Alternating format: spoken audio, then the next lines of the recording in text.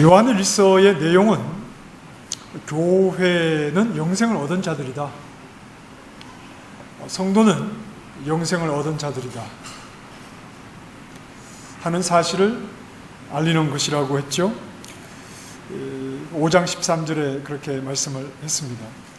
사실 요한일서의 어떤 결론적인 내용이고, 영생을 가진 교회, 영생을 가졌다는 말은 굉장히 영생이라는 것이 눈에 보이는 것이 아니기 때문에 물질적인 것이 아니라 증명해내기가 참 어려울 수 있고, 남에게 증명하기 이전에 나 자신부터가 내가 영생을 가졌다는데 이게 무엇인지에 대해서 좀 주고봐야 하는 것이냐 이렇게 모호할 수 있습니다만, 그러나 요한은 영생을 가졌다는 것을 굉장히 간단하게 설명을 하죠. 영생을 가진 자의 모습은 이러하다 하는 것인데, 그것은 바로 영생을 가진 자는 구할 수 있다는 겁니다. 구하는 자가 되었다. 이게 영생을 가진 자의 모습입니다.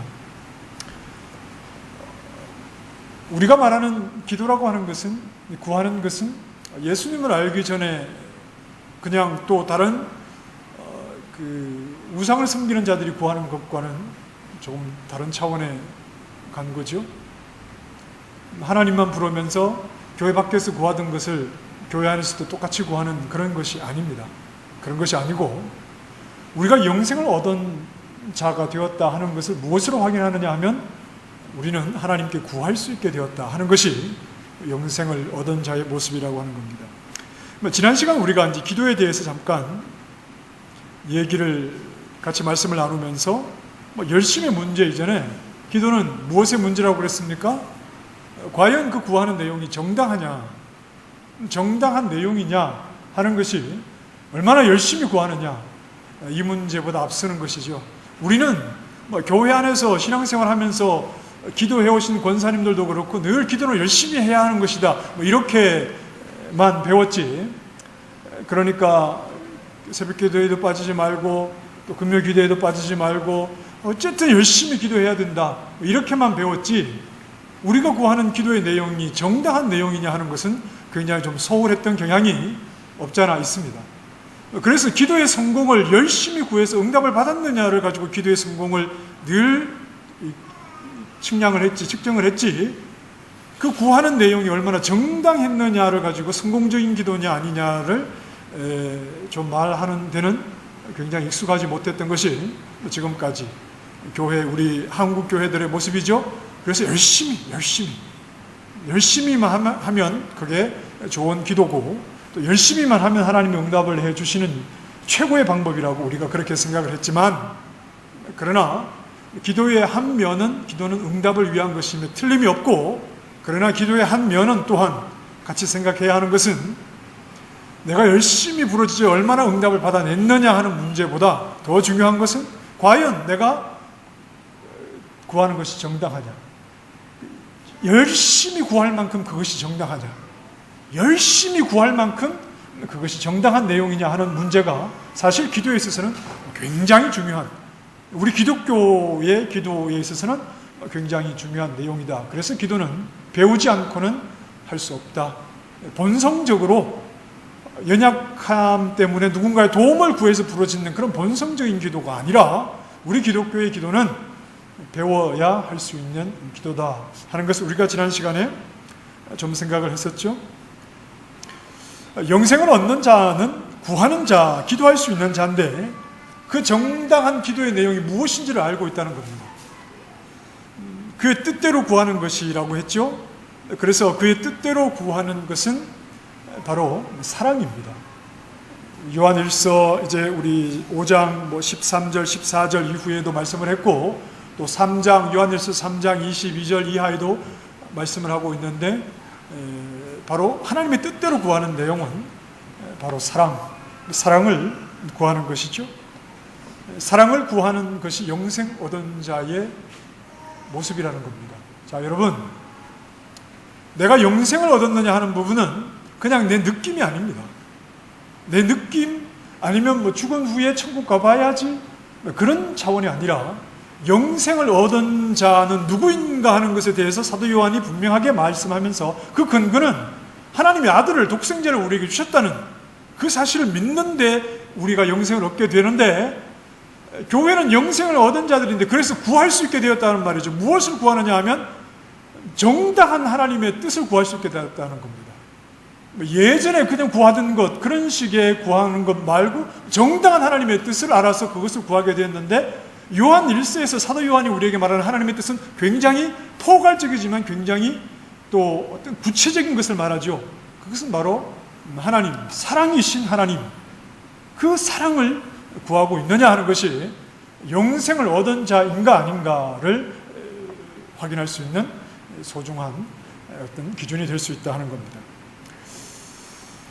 그게 그러한 모습이, 그런 기도를 할 수 있는 자가 이 땅에서 영생을 누리는 자의 모습이다. 이 땅에서 영생을 누리는 것. 영생이라고 하는 것은 생명이신 하나님과 단절되었던 우리가, 죽었던 우리가 관계가 회복된 것이 영생인데, 이제 하나님과 관계가 회복되었으니까 저 죽은 우상에 가서 기도하던 것 말고 살아있는 하나님에게 절해서 기도해서 내가 원하는 것을 많이 얻어내겠다는 게 그분과의 관계 회복이 아니라, 물론 그런 부분도 전혀 없다고는 말할 수 없겠습니다만, 그분은 사랑이시니까 그분을 추구하게 되었다는 겁니다. 영생을 얻지 못했을 때는 그분과 단절되어서 그분을 알지도 못하고 그분에게 나아가지도 못했는데, 이제 예수 그리스도 안에서 관계가 회복되었으니 하나님을 부르면서 나는 내가 필요한 것을 구하겠다는 말이 아니라, 그렇게 내가 바라는 것을 얻어내기 위해서 기도를 하겠다는 게 아니라 하나님이신 그분을 추구하게 되었다는 말입니다. 그분을 추구하는 것이 내 기도의 내용이 되었다는 말이죠. 영생을 얻은 자가 되어서 하나님과의 관계가 회복되었으니까 나는 하나님을 구하는 자가 되었다. 하나님 그분을 추구하고 그분을 내 안에 담아내고자 하는 것이 내가 기도하게 된 기도의 내용이다 하는 것이 영생을 이 땅에서 누리는 성도의 모습이다 하는 겁니다. 자, 여러분 어떠십니까? 우리의 기도 속에 얼마나 많은 부분 하나님을 구하고 있는지, 하나님 그분을 구해서 그분을 내 안에 담기를 원하는 마음으로 우리가 얼마나 기도하고 있는지 확인해 보시면 썩 점수가 좋지 않으실걸요? 늘 우리의 기도는 나 자신과 내 자식과 내 가정과 내 사업과 늘 그런 것이라고 하지 않았습니까? 우리가 늘 이런 수준의 기도를 합니다. 그러나 그런 기도가 당연히 하나님 앞에 드려져야 되겠죠. 당연히 드려져야 되지만 나와 내 가정과 내 자식의 건강과 내 앞길, 이 모든 것은 하나님의 사랑을 드러내기 위한 것으로서의 필요이지, 말은 그렇게 하지만 속으로는 오히려 반대로 내가 잘 되는 것에 마음이 가 있어서 우리가 구하고 소리 질러 기도하고 그렇게 열심으로 기도하고 그런 모습을 훌륭한 신앙이라고 말하지는 않는다. 그러니까 겉모습은 굉장히 좋아 보일 수 있으나, 대단해 보일 수 있으나 사실은 열어보면 내용이 없는 그냥 시끄러운 소리에 불과할 수 있다, 하는 겁니다. 좀 여러분 확 깨시죠? 확 깨시죠? 복음은 본성을 거스르는 겁니다. 기독교의 복음은 죄인된 인간의 본성을 거스르는 거지 본성에 기름을 부어주는 게 아닙니다. 그러니 우리가 가지고 있는 그 이기적인 마음이 복음 앞에 자꾸 깨어져야 되는데, 교회가 말씀으로 자꾸 거기에다가 죄악된 본성에 기름을 부어주기를 기대하시면 안 됩니다. 성경은 그런 말씀을 하지 않는다고 그랬습니다. 여러분이 아멘을 하시든 말든 이건 사실 구약의 내용과 다르지 않아요. 구약의 진정한 하나님의 백성이 그림자로서 이스라엘이라고 하는 이제 백성을 통해서 하나님을 나타내시는데, 구약에서 하나님이 자기 백성에게 주신 율법은 다른 것이 아니었잖아요.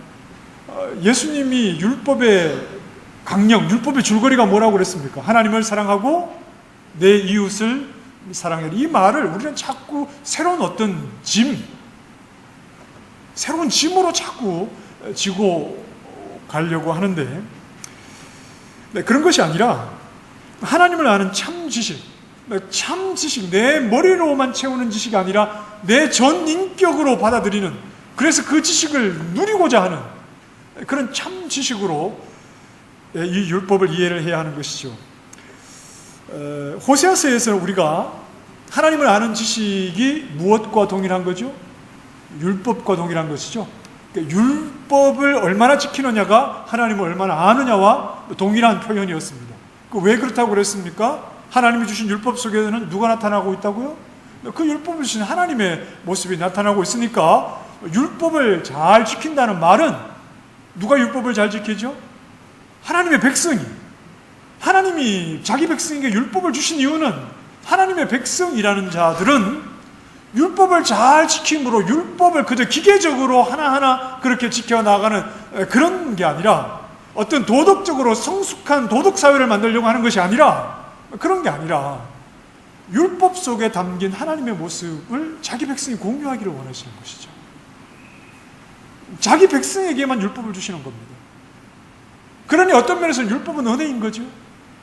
자기 백성에게만 율법을 주셔서 하나님을 드러내 주셔서 자기 백성이 그 율법을 지킴으로 하나님을 공유하는 그런 자들이 되기를 원하셔서 하나님이 자기 백성들에게 율법을 주시고 그래서 하나님을 사랑하고 이 사랑이라는 말은 그분과의 회복된 관계 그리고 이웃을 사랑한다는 것은 내가 내 안에 공유하게 된 하나님의 모습이 우리 이웃들에게 나타나기를 하나님께서 원하시는 거죠. 그래서 율법을 지키는 것은 하나님을 추구하는 것입니다. 하나님 백성이 하나님의 형상으로 하나님을 공유해서 하나님의 형상으로 그렇게 살아가기를 원하셨던 것이죠. 그러니 하나님 백성이란 괜히 어깨에 힘주는 자들 아닙니다. 너희는 구원받지 못했는데 나는 구원받았다고 그들먹거리면서 어깨에 힘주는 자들이 아니라 어둠 속에 빛을 드러내는 자들이죠. 사망 가운데 생명이신 하나님을 보여주는 자들이죠. 하나님을 공유해서 그분의 모습이 어떠한지를 하나님을 알지 못하는 세상이 볼 수 있도록 그들에게 자꾸 하나님을 드러내는 일이 하나님의 백성인 교회가 하는 일이지 나는 너희들과는 성분이 달라. 너희는 사망이지만 나는 생명을 얻었어. 그리고 나는 구원받았다고 막 이렇게 교만한 마음을 가지거나 구원받지 못하는 사람들을 깔보거나 이런 모습들은 하나님의 백성에게는 어울리지 않는 그런 모습이겠죠. 그래서 하나님의 백성에게는 교만이나 자랑이 없습니다. 스스로를 드러내어 자랑하는 것이 없습니다. 왜냐하면 우리가 하는 일은 우리를 버리는 일이거든요. 하나님을 내 안에 채우는 일이거든요. 그러니 나를 자랑할 만한 내가 내 안에는 없는 거죠. 괜히 사업 좀 잘 돼서 돈 많이 벌었다고, 남들보다 공부 좀 잘했다고, 아니면 남들보다 좀 잘났다고 괜히 교회에서 목에 힘주고 다니는 것은 하나님의 백성의 모습이 무엇인지를 모르는 사람들이죠. 교회는 자랑하러 오는 데가 아닙니다. 사람들 앞에 자랑하러 오는 데 아닙니다. 자랑하러 오는 데가 아니고 하나님 앞에 죽기 위해서 자꾸 오는 것이죠. 죽으려고 오는 곳이 교회죠. 여러분도 다 그러신 거죠, 지금? 네, 뭘 기대할까요? 그래서 우리가 구하는 내용도 달라지는 겁니다. 처음에는 나를 위해서, 나 좋은 것만을 위해서 기도했다가 이제는 자꾸 나를 버리는 게, 나를 포기하는 게 기도인 거죠. 그러니 기도를 하지 않으면 하나님의 백성다운 정체성을 가지고 살아가기가 힘들어져요. 우리는 가만히 내버려두면 우리 안에는 자꾸 죄악된 본성이 나를 드러내게 만들거든요. 기도 가운데 내가 무엇을, 영생을 얻은 자로 무엇을 구해야 하는지에 대해서 분명하게 알고 그것을 구하지 못하면 기도라는 것 자체가 사람들에게 나를 드러내기 위한 그런 어떤 자기 과시의 도구일 뿐이고, 기도를 하지 않으면 절대 자기가 죽지 않죠. 그러니 자꾸 자기가 나타나게 되는 것이죠. 율법을 완성하셔서 보이지 아니하시는 하나님의 모습을 보이신 아들 예수 그리스도, 그렇죠? 예수님이 율법을 완성하심으로, 율법은 하나님을 반영하는 것인데 그 율법을 예수님이 완성하심으로 예수님에게서 하나님의 모습이 나타나겠죠. 당연히 예수님에게서 하나님의 모습이 나타나시는데, 바로 그리스도께서 사랑이신 하나님을 우리에게 나타내신 것처럼 우리 역시 하나님의 자녀가 되어서 우리 아버지, 특히 사랑이신 그분을 자꾸 드러내는 것이 하나님의 백성인 우리가 구해야 하는 것이고 우리의 삶 속에서 나타내야 하는 내용입니다. 그래서 우리의 기도의 내용이 바로 하나님을 구하는 것, 영생을 얻은 자는 기도할 수 있는 자들이다 하는 말입니다. 기도의 수준이 신앙의 수준이겠죠. 기도의 수준이 신앙의 수준입니다. 기도를 몇 시간 했느냐, 방언으로 기도할 수 있느냐, 물론 그런 것도 중요합니다만 기도의 내용이 무엇이었느냐 하는 게 정말 중요한 것이죠. 정당한 내용, 하나님을 구하는 기도의 내용을 가지고 있느냐, 사랑이신 하나님, 그 하나님을 구하기 위해서 나 자신을 내려놓고 나 자신을 포기하는 자기 내려놓음의 시간으로 하나님 앞에 기도로 나아가느냐, 이 기도의 내용과 그 정당성을 가졌느냐가 결국 신앙의 수준이 어떠한 정도냐 하는 것을 나타내는 것이죠. 그 다음에 요한은 이렇게 영생을 얻어 하나님 구하기를 자기의 인생의 전부로 삼은 자라면 절대 범하지 못하는 죄가 있다. 제가 지금 5장 13절 이하에 쭉 다시 한번 복습하는 겁니다. 그 다음에 절대 범하지 못하는 죄가 있는데 그것은 바로 사망에 이르는 죄. 이 사망에 이르는 죄는 절대 영생을 얻은 자, 하나님을 구하는 자가 범할 수 없는 죄라고 했죠. 사망에 이르는 죄는 예수 그리스도를 인정하지 않는 것이죠. 하나님께로 나아가는 유일한 길이 되시는 예수 그리스도를 인정하지 않는 것, 그리스도 외에도 구원의 길이 있다고 생각하는 것, 이런 것이 의도적으로 그리스도의 복음을 거부하고 방해하는 것, 뭔가 초신자라서 잘 몰라서가 아니라 알면서도 의도적으로 그것을 거부하게 되는 이런 모습이 바로 사망에 이르는 죄다 하는 겁니다. 하나님을 사랑하고 사랑이신 하나님을 구하면서도 성도는 죄를 짓기도 합니까? 짓지 않습니까? 죄를 짓기도 합니다. 네. 예수 그리스도를 통해서 영생이신 생명이신 하나님께 나아가는 이 분명한 사실만을 고백하면서도 성도는 죄를 짓기도 합니다. 죄의 반대말은 뭘까요? 죄 안 짓는 겁니까? 네. 죄의 반대말은 사랑이라고도 할 수 있습니다. 죄란 그 정신이 이기적인 데 있지 않습니까? 죄의 성질이 이기적인 것 아닙니까? 그래서 죄는 관계를 깨뜨리죠. 이기적인 자기 자신을 위해서 관계를 깨뜨리는 겁니다. 자기 스스로의 이익을 위해서 다른 사람과의 관계를 깨뜨리는 것이죠. 다른 사람들의 물건을 빼앗기도 하고, 죄라는 게 말입니다. 다른 사람에게 돌아가야 할 몫을 내가 가로채기도 하고, 어떤 흔히 말하는 그 갑과 을의 이런 관계 속에서 유리한 관계에서 남에게 가야 할 것을 부당하게 내가 내 몫으로 챙기는 것, 어떻게든 남에게 있는 소유를 빼앗거나 어떤 정신적인 부분도 남에게 해를 주고 나의 유익을 위해서 그렇게 관계를 깨뜨리는 이 모든 것이 바로 죄라고 말할 수가 있겠죠. 하지만 사랑은 남에게 나 자신을 내어주는 겁니다. 하나님은 원수 같은 우리에게 하나님 자신을 내어주셨습니다. 그래서 하나님을 보여주는 율법의 정신도 하나님을 사랑하고 이웃을 사랑하는 것이죠.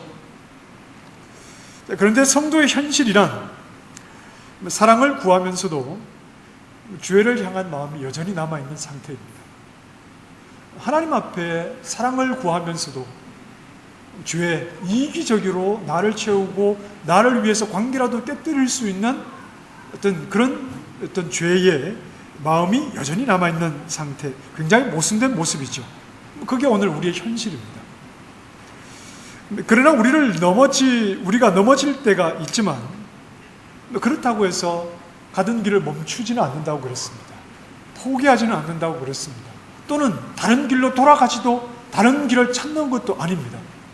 우리는 영생을 얻어서 사랑을 구합니다. 이 죄의 반대 방향으로 우리는 나아갑니다. 그런데도 모순적이게도 우리에게는 또 죄를 탐하고자 하는 마음이 있죠. 나의 유익을 위해서 관계를 깨뜨릴 수도 있는 그런 죄를 향하는 마음이 있습니다. 그래서 우리는 간혹 넘어질 때가 있습니다. 그러나 넘어졌다고 해서 가던 방향을 돌이키지는 않는다는 거죠. 영생의 길로 나아가는 그 길을 다른 것에서 다른 방법으로 찾지는 않는다는 겁니다. 비록 부족하다 하더라도 우리는 계속해서 그 방향으로 나아가기를 원하는 거죠. 오직 예수 안에서 영생을 얻어 생명이신 하나님을 의지하고 우리를 사랑하신 그 사랑에 머물기를, 그리고 하나님 구하기를 포기하지 않는 겁니다. 그럴 생각이 없는 자, 이제 하나님 외에 다른 방법을 찾아보려고 하는 자, 이런 죄를 가리켜서 사망에 이르는 죄다, 그렇게 말했습니다. 자, 이렇게 지속적으로 하나님께로 나아가도록 우리를 붙잡아 주는 것이 그럼 무엇이냐? 비록 우리가 실패한다 하더라도, 넘어진다 하더라도 포기하지 않고 계속해서 이 길을 가도록 우리를 붙잡아 주는 게 무엇이냐? 그것은 바로 확신에 찬 지식입니다. 뭐라고요? 확신에 찬 지식. 아는 것이죠. 알고 있기 때문에 그렇습니다. 너무나도 분명하게 알고 있기 때문에 우리는 가던 길을 돌이키거나 포기하지 않고 계속해서 이 길을 가게 되죠. 자, 오늘 우리가 읽은 말씀 속에 18절 말씀에도 우리가 아노라 그랬습니다. 19절 말씀에 또 아는 것은, 그리고 20절에도 또 아는 것은, 18절에 하나님께로부터 난 자는 다 범죄하지 아니하는 줄을 우리가 아노라 그랬습니다. 자, 이 말씀은 그리스도인은 절대 죄를 짓지 않는 완벽한 삶을 산다는 의미는 아니라고 그랬습니다. 자, 앞서서 16절에 보면 누구든지 형제가 사망에 이르지 아니하는 죄에 범하는 것을 보거든 기도해라 그랬죠. 형제이지만, 성도이지만 죄를 범하기도 하죠. 그를 죄를 범했다고 너는 이제 영생을 얻을 자격이 없어 그러고 쫓아내는 것이 아니라 그가 죄를 회개하고 하나님 앞에 바르게 서도록 기도할 것을 요청합니다. 그리스도인이란 죄를 지을 수 없는 사람인가요? 여러분, 그리스도인은 절대 죄를 지을 수 없는 사람인가요? 그렇지 않습니다. 죄를 지을 수도 있죠. 그리스도인은 죄를 지을 수도 있습니다. 그러나 누군가 이렇게 말을 했습니다. 그리스도인이 된 사람은 완벽하지 않아 죄를 지을 수도 있지만 죄를 범하지 않을 수 있는 위치에 있다는 것을 뜻한다. 그리스도인이란 완벽하지 않아 죄를 지을 수도 있지만 죄를 범하지 않을 수도 있는 위치에 있다. 그리스도인은 죄를 짓지 않는 사람들은 아닙니다. 그러나 중요한 것은 어떤 죄를 짓는 구체적인 어떤 행동이기 이전에 우리가 생각해야 하는 부분은 그 상태라는 것을 좀 생각을 해야 되죠. 하나님께로부터 난 자는 범죄하지 않는다에서 우리가 생각해야 하는 부분은 죄를 범하는 어떤 구체적인 행동 이전에 어떤 상태에 대해서 우리가 좀 생각을 해야 한다는 겁니다. 예를 들어서 도둑질을 하던 사람이 있었다고 칩시다. 이 사람은 도벽이 있어서 습관적으로 그냥 막 필요 뭐가 없어서 훔치는 게 아니라 그냥 좋은 물건을 보면 막 자기도 모르게 손이 가는 이런 도둑질을 즐겨하던 사람이 예수님을 믿었다고 칩시다. 예수님을 믿은 뒤에 이 사람이 도둑질을 할까요? 하지 않을까요? 이게 고민하셔야 됩니까? 예수님을 믿었습니다. 교회에 나온 게 아니고요. 예수님을 믿었다고 이 사람이. 자, 도둑질을 일삼던 사람이 예수님을 믿은 이후에 예전에 하던 도둑질을 계속 합니까? 하지 않습니까? 하지 않게 되죠. 당연히 예전에 하던 도둑질을 하지 않게 됩니다. 그러나 그렇다고 해서 자신의 옛 습관 방심하면 됩니까? 안 됩니까? 안 되죠. 예수님을 믿고 난 이후에 도둑질을 하지 않지만, 그러나 늘 도둑질을 일삼았던 자신의 옛 습관에 그냥 방심해서는 안 되죠. 항상 예전에 저질렀던 잘못을 하지 않기 위해서 자기가 늘 자기 자신을 잘 살펴야 합니다. 왜 그럴까요? 예수님을 믿었음에도 도둑질을 할 수 있는 유혹이 일어날 수 있기 때문에 그런 거죠. 완전히 이전에 그런 모습이 다 사라지면 좋은데, 그런 어떤 죄악된 기질이 완전히 사라지지는 않았기 때문에 그렇습니다. 그럴 수 있는 가능성도 함께 가지고 있는 것이죠. 자, 그러나 지금 그 사람은 새로운 상태에 살아가고 있는 것은 사실입니다. 예전에는 하나님도 몰랐고, 이것이 하나님 앞에 죄라는 것도 몰랐고, 그냥 자기가 원하는 대로 그렇게 나쁜 짓을 일삼았지만, 이제는 하나님 앞에서 예전에 그 어둠 속에서 살던 상태가 아니라 빛 가운데서 살아가는 상태가 되었으니까 완전히 이전과는 다른 상태에 이 사람이 살아가고 있습니다. 하나님의 은혜로 새로운 존재가 된 새로운 상태에 살아가고 있기에 옛 사람의 모습, 도둑질을 하고자 하는 이런 생각은 버렸겠죠. 버렸는데 그 기질은 자기에게 남아는 있는 겁니다. 버렸지만 그 기질은 남아있죠. 그래서 혹시 이 사람이 도둑질을 할 수 있을까요? 없을까요? 그래서는 안 되겠지만 혹시 도둑질을 할 수 있겠지요. 그렇죠? 네, 그렇게 되면 이 사람은 구원받지 못한 사람인가요?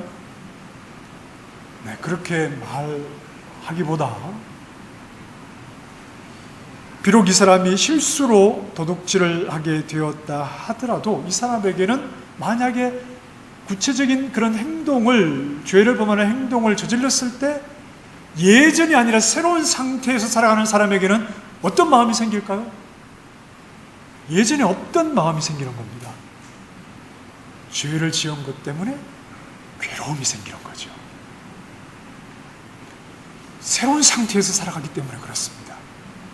예전에는 내가 원하는 것을 얻어서 그것을 즐거워하고 좋아했을지는 모르겠지만, 그러나 예수님을 믿은 이후에 도둑질하는 것이 더 이상 즐거움이 아니었는데, 그러나 그 기질이 남아있어 혹 실수로 도둑질을 했다고 할 때 예전에 없던 것이 마음에 생기는 것이죠. 죄를 범한 것 때문에 마음이 괴로운 겁니다. 그리고 하나님 앞에 가서 회개하고 혹 그 물건의 주인에게 가서 용서를 빌거나 갚아주는 모습으로 나타나게 되겠지요. 그러니 하나님께로부터 난 자가 범죄하지 않는다. 우리는 물론 사망에 이르는 죄는 우리는 절대 짓지 않고, 혹은 우리가 연약해서 실수로 어떤 구체적인 행동으로 죄를 범할 가능성은 있지만, 그렇다 하더라도 우리는 완전히 새로운 상태에서 살아가고 있는 자들이기에 그 죄가 너무나 괴롭고 그 죄를 하나님 앞에 가서 회개하는 모습으로, 예전과는 전혀 다른 모습으로 우리는 살아가고 있다고 하는 겁니다. 자, 이렇게 자신의 죄에서 멀어진 새로운 상태로 살아가고 있다는 것을 18절에 하나님께로부터 나신 자가 그를 지키시매 악한 자가 그를 만지지도 못하기 때문이다, 이렇게 설명을 합니다. 하나님께로부터 나신 자가 누구냐라고 할 때 우리는 좀 더 약간 성경을 개정해서 나신 자가 하니까 이건 누구를 가리키는 걸까요? 예수님을 충분히 생각할 수 있게 이렇게 번역을 했는데, 이게 하나님께 난 자가 구원받은 성도를 가리키는 것이냐에 대해서 굉장히 좀 헷갈려 하지만, 하나님께로부터 나신 자는 예수 그리스도를 가리키는 말입니다. 예수 그리스도께서 누구를 지키죠? 그를 지키심에 그는 영생을 얻은 자를 말합니다. 누굴까요? 교회지요, 성도지요, 우리를 지키죠. 자, 하나님 예수 그리스도께서 우리를 지킨다는 것은 무엇을 의미할까요? 우리를 살펴주시고 우리를 보호하시고 우리를 인도하시고, 그런 부분들도 다 포함이 됩니다. 그러나 여기에서 그리스도께서 우리를 지키신다는 말은 영생을 얻은 성도를 누구에게도 빼앗기지 않으신다는 겁니다. 우리를 지키셔서 누구에게도 빼앗기지 않으신다. 미전에 죄 가운데 머물며 행하던 모든 것이 죄였던 상태, 죄 가운데 머물며 행하던 모든 것이 죄였던 그 상태에서 이제는 빛으로 옮겨진 성도들입니다. 사망에서 생명으로 옮겨진 성도들이죠. 그들을 하나님께서, 예수님께서 지키셔서 다시 이전의 상태로 돌아가는 일이 없도록 하신다는 겁니다. 그렇게 빼앗기는 일이 없도록 주님께서 하신다는 말이죠.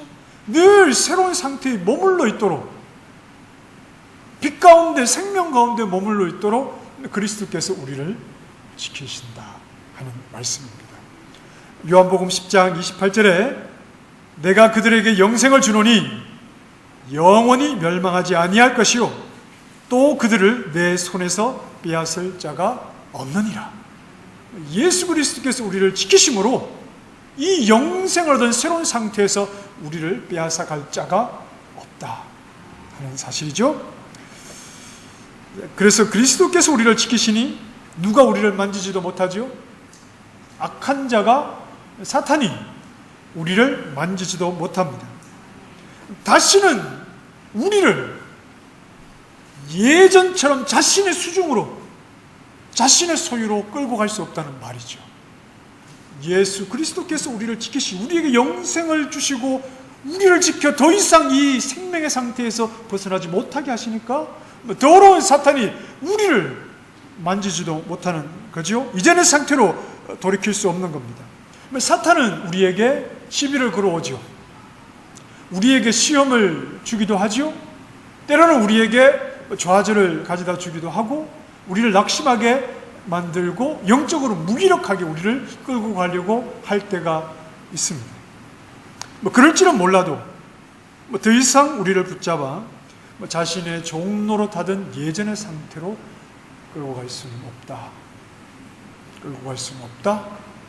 우리는 연약하지만 예수 그리스도께서 우리를 지키고 계시기에 사탄이 걸어오는 이런저런 시비에 우리는 누구의 이름으로 맞설 수 있습니까? 예수 그리스도의 이름으로 더러운 사탄을 맞서는 거죠.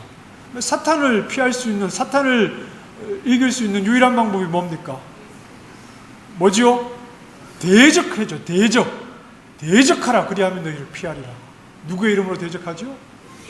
나는 옛날에 네가 내 주인이었을지 몰라도 지금 내 주인은 예수 그리스도이신 것을 분명하게 고백하면 예수 이름으로 대적을 하면 사탄은 도망을 가지, 사탄보다 빨리 뛰어간다고 해서 사탄을 피할 수 있는 것은 아니죠. 당당하게 예수 이름으로 맞서는 것이 더러운 사탄을 대적할 수 있는 것이죠. 우리는 영생을 얻은 자입니다. 생명이신 하나님께 나아가는 자들이죠. 그래서 우리는 하나님께 구합니다. 무엇을 구하죠? 하나님 그분을 구합니다. 사랑이신 그분을 하나님의 백성인 우리는 구하죠. 그래서 우리는 과거의 죄의 상태에서 살아가는 자들이 아니라 생명을 얻은 자의 상태에서 살아갑니다. 비록 연약함이 있고 행위로 죄를 범할 때도 있지만 그 죄는 우리에게 더 이상 기쁨이 아니라 우리의 괴로움이요. 그 죄로 인하여서 우리는 하나님 앞에 더 괴로워하며 회개의 모습으로 나아가게 되는 그런 생명 안에 머무는 상태에서 우리는 살아가고 있고, 우리가 이 땅을 살아가면서 하나님 앞에 구하는 그 기도의 내용은 제 소원을 좀 들어주십시오, 이런 모호한 기도가 아니라 하나님 당신을 제 안에 채우기를 원합니다. 하나님의 형상으로 저를 세우셨으니 제 안에 하나님을 채워 살아계신 하나님을 보이게 해주십시오 하고 하나님 앞에 늘 구하며 자기 자신이 죽도록 하나님께 내어드리는 것, 이것이 바로 영생을 얻은 자가 이 땅에서 영생을 누리는 진정한 성도의 모습이다 하는 것이죠.